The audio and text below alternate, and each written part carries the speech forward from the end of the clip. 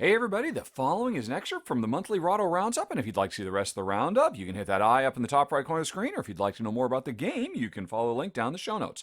And with that out of the way, let's talk about Spring on a String. And this is probably the most out there, wacky, innovative, and creatively original game of the month.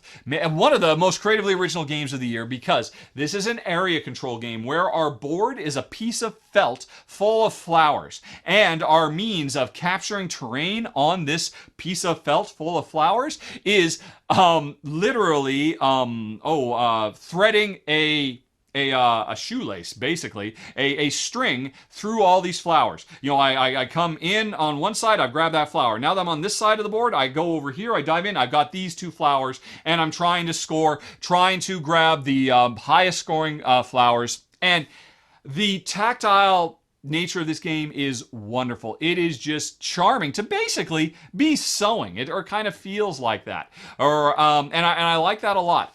But that in of itself is not enough. That's just a cool physical gimmick, really.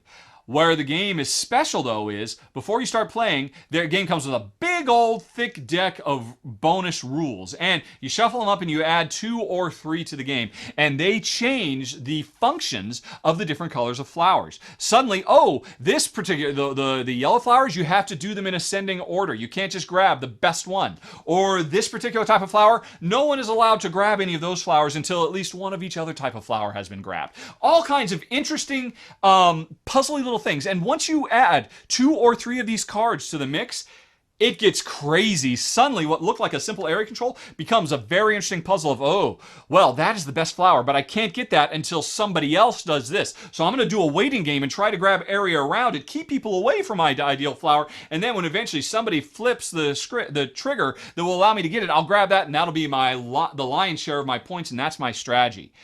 It's cool. It's very sharp, and the variety that comes in these cards, I was blown away by. So, why didn't this game rate higher? It's got great components, a great gimmick, and really great gameplay. It's that same old bugaboo for me and Jen, 2-player.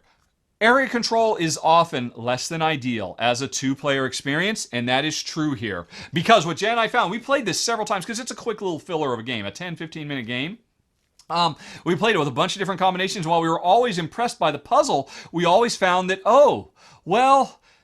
we needed a third player, mixing things up, jumping in because, based on this particular puzzle, you're going to take that corner of the woods, I'm going to take this corner of the woods, and there's just not going to be that much area control. There's not going to be that much vying for a similar thing. Or, we're both waiting until somebody does it, and okay, I can see in 3 moves, you're going to be the one who flips the thing so that I can get this thing right. Can I wait? And it just became a little bit too... it lacked that zest, that zing that I think it would have at higher players. So, again, this is a great.